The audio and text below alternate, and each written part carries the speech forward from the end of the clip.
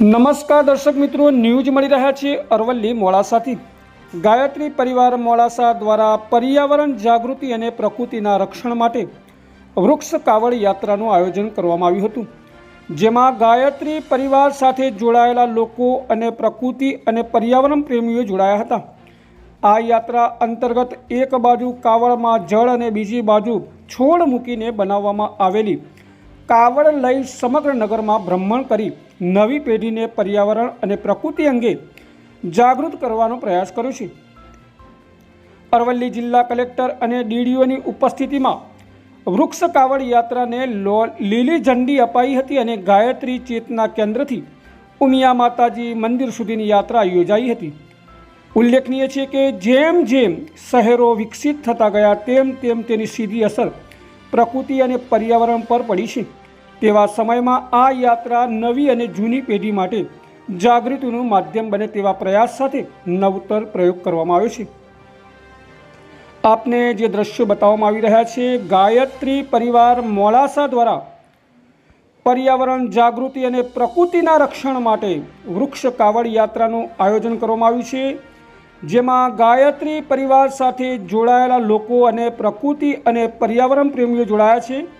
આ યાત્રા અંતર્ગત એક બાજુ કાવડમાં જળ અને બીજી બાજુ છોડ મૂકી બનાવવામાં આવેલી કાવડ લઈ સમગ્ર નગરમાં ભ્રમણ કરી નવી પેઢીને પર્યાવરણ અને પ્રકૃતિ અંગે જાગૃત કરવાનો પ્રયાસ કરવામાં આવ્યો છે।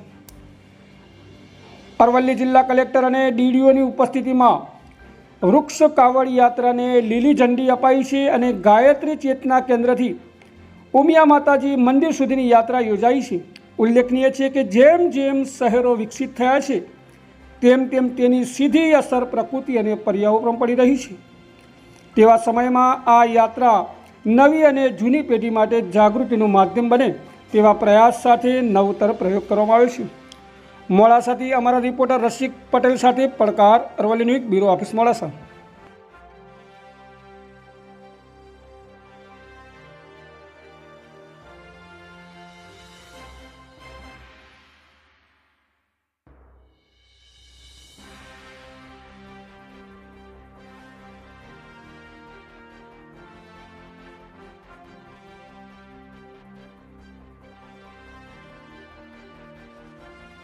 પરિવાર દ્વારા વૃક્ષ કાવડ યાત્રાનું એક નવતર પ્રયોગ અને ખૂબ સરસ પ્રયોગ જે કરવામાં આવી રહ્યું છે। અહીંયા એક વૃક્ષ કાવડ યાત્રા શરૂ કરવામાં આવી છે। એમાં મોટી સંખ્યામાં લોકો ગાયત્રી પરિવારથી પણ, બીજી સંસ્થાઓથી પણ અને આમ નાગરિકો જોડાયા છે।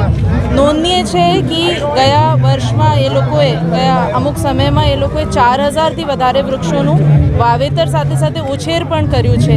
એ ખરેખર બધા માટે એક ઉદાહરણ સ્વરૂપ છે જે ગાયત્રી પરિવાર કરી રહ્યા છે। આપણે બધાના સહિયારા પ્રયત્નોથી આરોગ્ય અને શાંતિ અને એક આખું સારું એક વાતાવરણ બને એના માટે જે લોકો પ્રયોગ કરી રહ્યા છે એ ખૂબ ઉલ્લેખનીય છે અને ખૂબ પ્રશંસનીય છે। એના માટે હું એમને અભિનંદન આપું છું અને વૃક્ષ કાવડ યાત્રામાં આજે સહભાગી બનીને અમે પણ ખરેખર ધન્યતા અનુભવી છે। મારું નામ જનક ઉપાધ્યાય છે। હું ગાયત્રી પરિવાર યુથ ગ્રુપ જોડે છેલ્લા 3 વર્ષથી જોડાયેલો છું। ગાયત્રી પરિવાર યુથ ગ્રુપ છેલ્લા 3 વર્ષથી સદંતર વૃક્ષારોપણનું કાર્ય કરતું આવ્યું છે અને અત્યાર સુધીમાં 4000થી વધુ વૃક્ષોનું વાવેતર અને તેનું જતન કરી ચૂક્યું છે।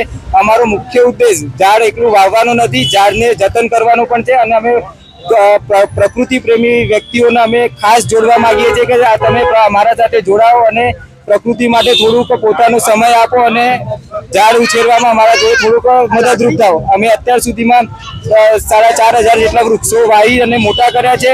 આજે એ જ હેતુ હેઠળ એક વૃક્ષ કાવડ યાત્રાનું આયોજન કર્યું છે, જેના થકી મોડાસાની પ્રકૃતિ પ્રેમી જનતાને સુધી એક સંદેશો પહોંચે કે વૃક્ષ વાવવું કેટલું જરૂરી છે, પ્રકૃતિનું જતન કરવું કેટલું જરૂરી છે।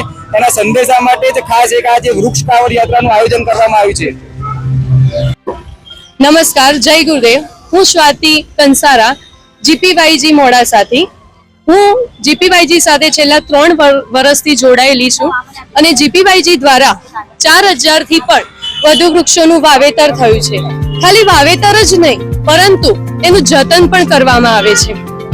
આજે જીપીવાયજી દ્વારા જે કાવડ યાત્રા, પણ અત્યાર સુધી આપણે જાણીએ છીએ કે કાવડ યાત્રા એ આપણે શિવજીનો અભિષેક માટે કરતા હોઈએ છીએ, પરંતુ વૃક્ષ કાવડ યાત્રા જે આ નવો કોન્સેપ્ટ છે એનો મેઇન ઉદ્દેશ્ય એ છે કે અત્યારે આપણે જોઈએ છે કે ગ્લોબલ વોર્મિંગ, વૃક્ષો જે કપાઈ રહ્યા છે, પ્રદૂષણ વધી રહ્યું છે, તો વૃક્ષો વધુમાં વધુ વવાય અને તેનું જતન થાય અને આપણું જે મોડાસા છે એ ખૂબ હરિયાળું બને તેવા આશયથી આજે અમે જીપીવાયજી ટીમ દ્વારા વૃક્ષ કાવડ યાત્રાનું આયોજન કર્યું છે અને સૌ ઘણા લોકો જોડાયા છે.